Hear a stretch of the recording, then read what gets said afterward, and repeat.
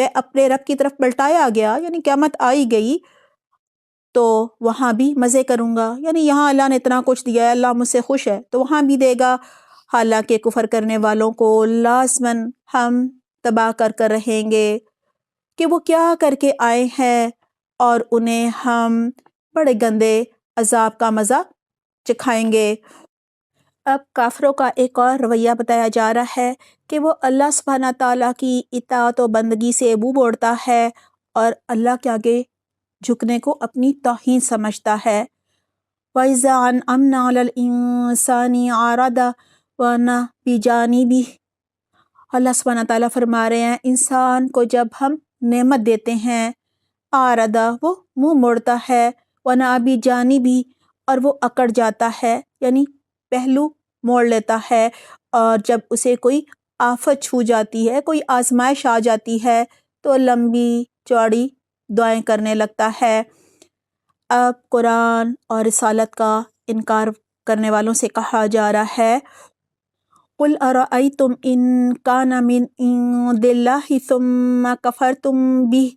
اے نبی ان سے کہو کبھی تم نے یہ بھی سوچا کہ اگر واقعی یہ قرآن اللہ ہی کی طرف سے ہوا اور تم اس کا انکار کرتے رہے، تو اس شخص سے بڑھ کر بھٹکا ہوا اور کون ہوگا جو اس کی مخالفت میں دور تک نکل گیا ہو. ان قریب ہم ان کو اپنی نشانیاں آفاق میں یعنی کائنات میں، زمین و آسمان میں بھی دکھائیں گے اور ان کے اپنے نفس میں بھی، یہاں تک کہ ان پر بات کھل جائے گی کہ یہ قرآن واقعی برحق ہے، سچا ہے، اللہ سبحانہ تعالیٰ کی طرف سے ہے. کیا یہ بات کافی نہیں ہے کہ تیرا رب ہر چیز کا شاہد ہے، ہر چیز کا گواہ ہے، وہ ہر چیز دیکھ رہا ہے. الا انہم فی مریۃ من لقاء ربہم الا انہ بکل شیء محیط. آگاہ رہو یہ لوگ اپنے رب کی ملاقات میں شک رکھتے ہیں، سن رکھو وہ ہر چیز پر محیط ہے، یعنی ہر چیز کا احاطہ کیا ہوا ہے. لوگ قرآن کے برحق ہونے پر یقین نہیں کرتے، کہا جا رہا ہے، جبکہ قرآن کے برحق ہونے پر اللہ سبحانہ تعالیٰ خود گواہ ہے. کیا اللہ کی گواہی کافی نہیں ہے جو ہر جگہ موجود ہے، ہر چیز دیکھ رہا ہے. الحمدللہ ہماری یہ صورت مکمل ہو گئی ہے. اب ہم سورۃ الشورى کا آغاز کر رہے ہیں. مکی صورت ہے، اس میں 53 آیات اور 5 رکوع ہیں. سورہ حامیم سجدہ میں اللہ سبحانہ تعالیٰ کے کلام کا بیان تھا، استقامت کی دعوت تھی، جبکہ اس صورت میں قرآن کی دعوت کی تاریخ ہے، وحی کی کیفیات، نبوت، ولایت اور قرب کا بیان ہے. بتایا جا رہا ہے مومن کو مومن کے ساتھ کیا اسلوب اختیار کرنے چاہیے، کس راستے پر چلنا چاہیے، یعنی زندگی حق، عدل اور شریعت کا نمونہ ہونی چاہیے، جو کہ اللہ کے کلام ہی سے ممکن ہے. اسی سے اللہ سبحانہ تعالیٰ کی قدرت، رحمت، بردباری، تحمل اور زوراوری سمجھ آتی ہے. اور مومن پھر گناہ کے خیال سے بھی ڈرتا ہے، انصاف سے نہیں ہٹتا، ذمہ داریوں سے نہیں گھبراتا. اس صورت میں ماننے اور نہ ماننے والوں کی صفات اور انجام کا ذکر ہے. وحی کی اقسام اور دعوت الی القرآن ہے. بسم اللہ الرحمن الرحیم. حامیم عین سین قاف کذالک یوحی الیک والی الذین من قبلک اللہ العزیز الحکیم. حامیم عین سین قاف. اسی طرح اللہ غالب و حکیم تمہاری طرف اور تم سے پہلے گزرے ہوئے رسولوں کی طرف وحی کرتا رہا ہے. آسمانوں اور زمین میں جو کچھ بھی ہے اسی کا ہے، اور وہ برتر اور عظیم ہے.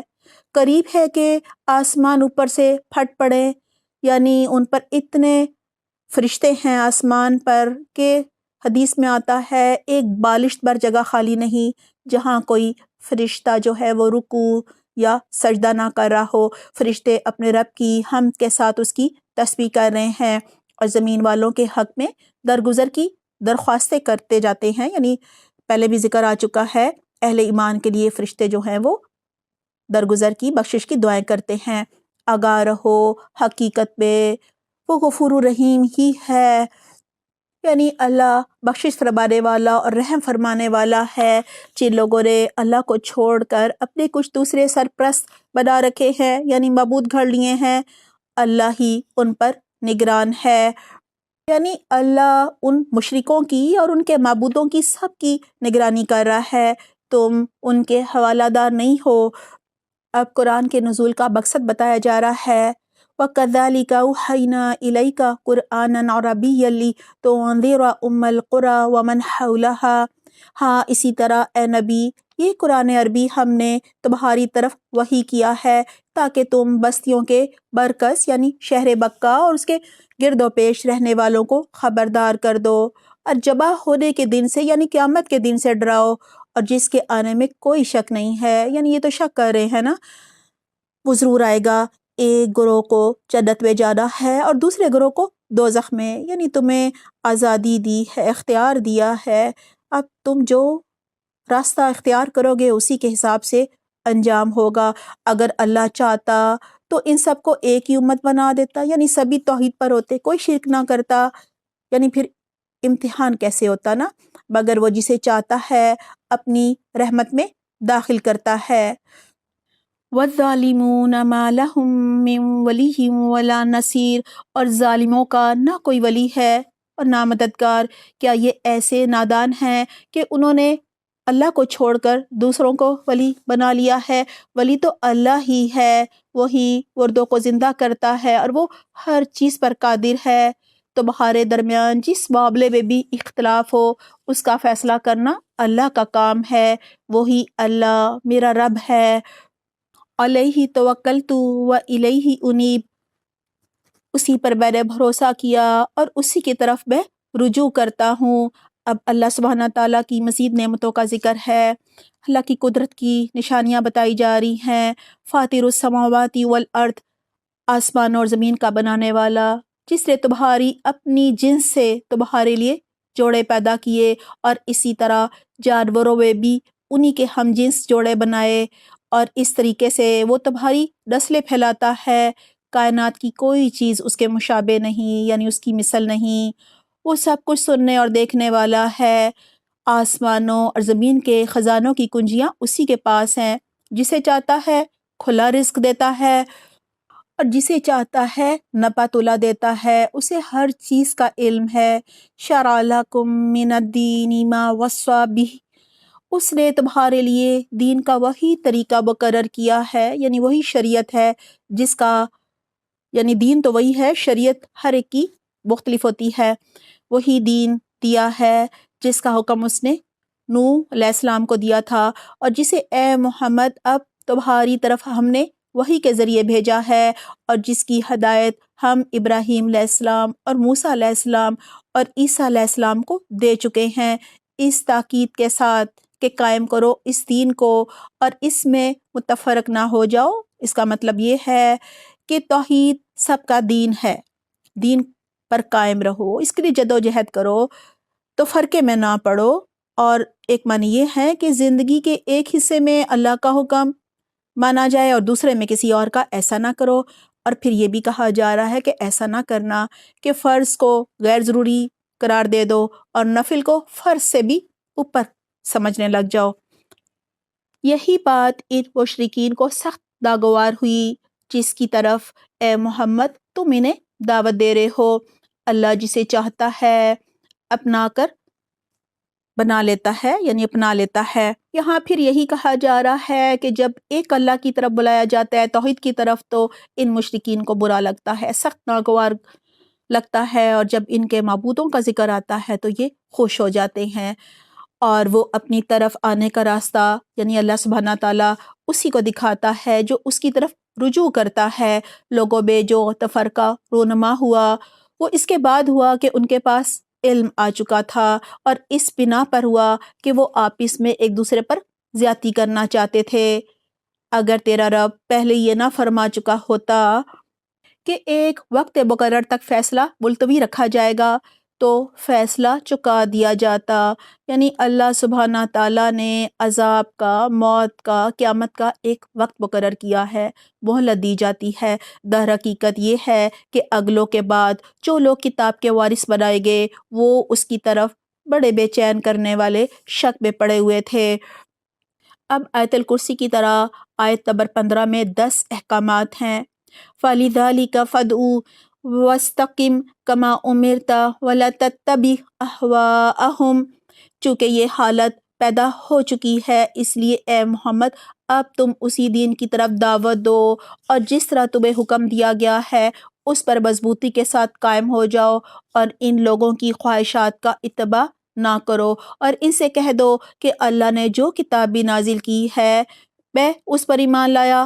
مجھے حکم دیا گیا ہے کہ میں تمہارے درمیان انصاف کروں، یعنی عدل سے فیصلہ کروں۔ اللہ ربنا و ربکم لنا اعمالنا ولکم اعمالکم، اللہ ہی ہمارا بھی رب ہے اور تمہارا رب بھی ہے، ہمارے اعمال ہمارے لیے اور تمہارے اعمال تمہارے لیے، ہمارے اور تمہارے درمیان کوئی جھگڑا نہیں ہے، یعنی حق آ گیا ہے، قرآن آ گیا ہے، حدیث آ گئی ہے، اس پر عمل کرو۔ اب نہ کوئی تفرقہ، نہ کوئی جھگڑا، نہ کوئی اختلاف۔ اللہ ایک روز ہم سب کو جمع کرے گا اور اسی کی طرف سب کو جانا ہے۔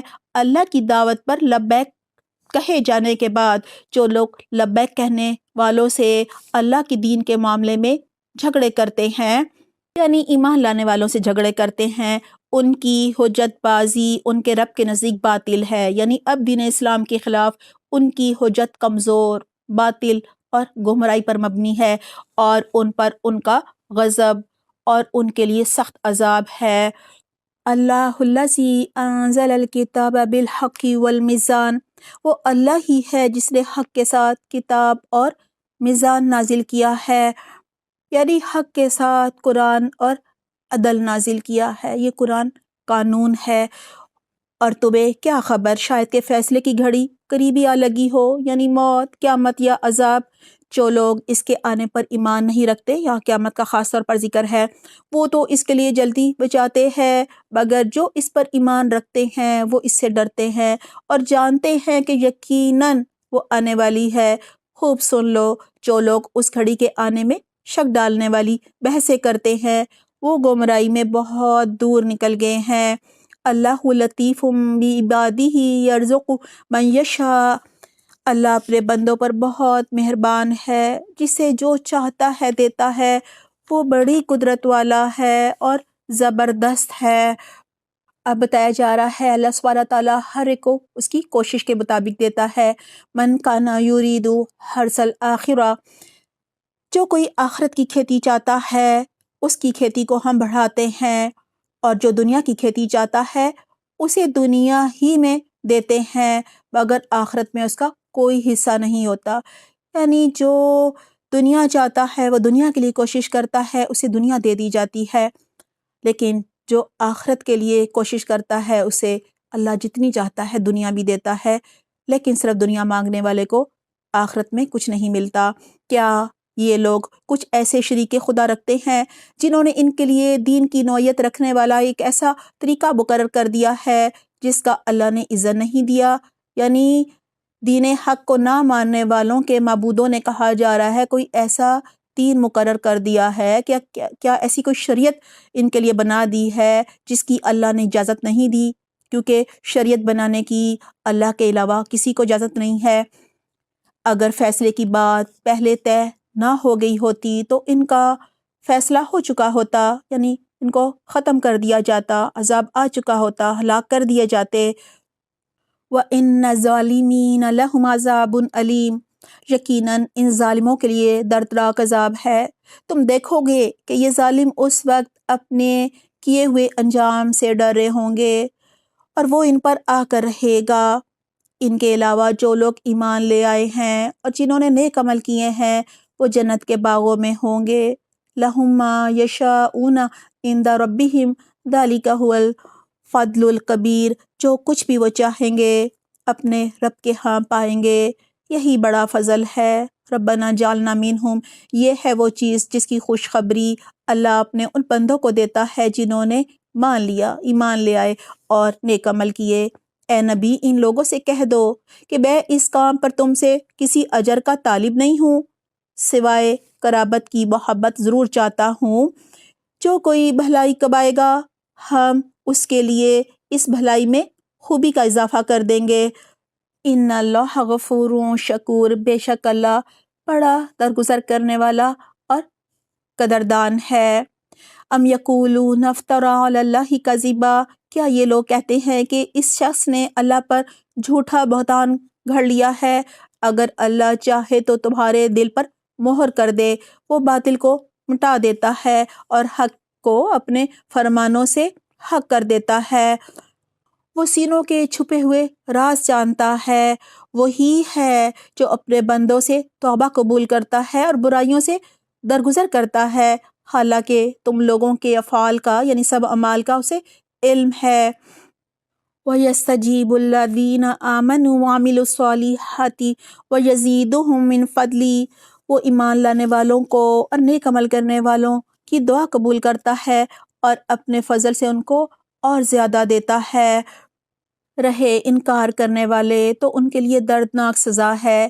اگر اللہ اپنے سب بندوں کو کھلا رزق دے دیتا تو وہ زمین میں سرکشی کا طوفان برپا کر دیتے، مگر وہ ایک حساب سے جتنا چاہتا ہے نازل کرتا ہے۔ یقیناً وہ اپنے بندوں سے باخبر ہے اور ان پر نگاہ رکھتا ہے۔ وَهُوَ الَّذِي يُنَزِّلُ الْغَيْثَ، اور وہی ہے جو لوگوں کے مایوس ہو جانے کے بعد بارش برساتا ہے اور اپنی رحمت پھیلا دیتا ہے، اور وہی قابل تعریف ولی ہے۔ اس کی نشانیوں میں سے ہے یہ زمین اور آسمانوں کی پیدائش اور یہ جاندار مخلوقات جو اس نے دونوں جگہ پھیلا رکھی ہے، وہ جب چاہے انہیں اکٹھا کر سکتا ہے۔ قرآن اور بارش یہاں دونوں کو رحمت کہا گیا ہے۔ زمین خشک ہوتی ہے، لوگ مایوس ہوتے ہیں، بارش ہوتی ہے، زمین جو ہے وہ اناج اگانے لگ جاتی ہے۔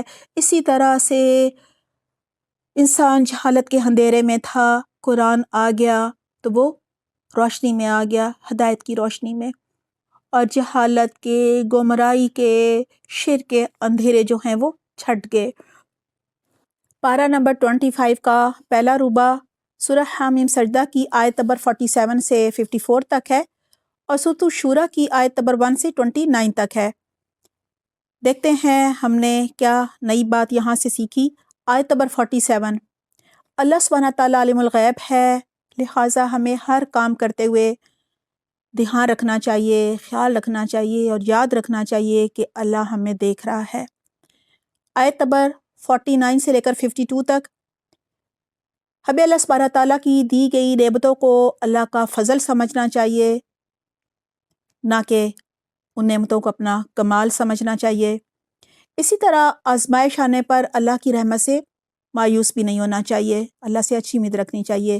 آیت نمبر 54، اللہ سبحانہ تعالیٰ کو راضی کرتے ہوئے اگر لوگ ناراض ہو جائیں تو ہمارے لیے اللہ کی رضا جو ہے وہی کافی ہے، اللہ کی گواہی ہی کافی ہے کہ ہم اللہ کی مرضی کا کام کر رہے ہیں۔ سورۃ الشورى آیت نمبر 5، ہمیں کثرت سے اللہ سبحانہ تعالیٰ کی حمد و ثنا اور تسبیح کرتے رہنا چاہیے، چلتے پھرتے کام کے دوران۔ اللہ تعالیٰ ہمیں بہترین توفیق دے۔ آیت نمبر 8، یہ دنیا آزمائش کے لیے ہے، ہمیں اس میں ایسی زندگی گزارنی چاہیے جیسا کہ ہم کمرہ امتحان میں سنجیدگی اور دھیان کے ساتھ پرچہ حل کرتے ہیں، یعنی بہت فکر کے ساتھ سب کچھ کر رہے ہوتے ہیں نا کمرہ امتحان میں، ویسا ہی اس دنیا میں ہمارا رویہ ہونا چاہیے۔ آیت نمبر 10 سے لے کر 14 تک، ہمیں باہم اختلافات کا فیصلہ قرآن کے مطابق کرنا چاہیے۔ اللہ سبحانہ تعالیٰ خالق، رازق اور ہر چیز کا علم رکھتا ہے، ہمیں قرآن ہی کو اپنی شریعت اور قانون بنانا چاہیے کیونکہ یہ ہماری رہنمائی کے لیے آیا ہے۔ آیت نمبر 15، ہمیں دین پر استقامت اختیار کرنی چاہیے، ہر معاملے کا فیصلہ عدل و انصاف کے ساتھ کرنا چاہیے۔ آیت نمبر 17، ہمیں یاد رکھنا چاہیے قرآن میزان ہے، اللہ کی شریعت ہے، دعا ہے اللہ سبحانہ تعالیٰ ہمیں اپنے ملک میں اسے نافذ کرنے کی توفیق دے۔ آیت نمبر 24، ہمیں اللہ پر جھوٹ نہیں کرنا چاہیے، وہ بات اللہ سے منسوب نہیں کرنی چاہیے جو اللہ نے نہیں کہی، ورنہ دلوں پر مہر لگ جاتی ہے۔ آیت نمبر 26، ہمیں نیکی کے کاموں کے بعد، نیک اعمال کے بعد دعا کرنی چاہیے، کیونکہ نیک اعمال دعا کو لے کر اوپر جاتے ہیں، دعائیں قبول ہوتی ہیں، اللہ اپنا فضل کرتا ہے، اور اگر دعا قبول نہ ہو تو وہ آخرت کے لیے ذخیرہ کر لی جاتی ہے، اس کے ناقبول ہونے ہی میں کوئی اللہ کی مصلحت اور مشیت ہوتی ہے۔ آیت نمبر 28 اور 29، 28 اور 29، بارش کی طرح قرآن بھی اللہ سبحانہ تعالیٰ کی رحمت ہے، یہ بھی اوپر سے نازل ہوتا ہے، اور قرآن جو ہے وہ شرک، بدعت، گناہ اور جہالت کے اندھیروں کو مٹاتا ہے۔ دعا ہے اللہ سبحانہ تعالیٰ ہمیں توفیق دے کہ ہم اسے مضبوطی سے تھامیں اور اپنی اصلاح کر سکیں اور ہدایت کے راستے پر چل سکیں۔ آمین، اللہم آمین۔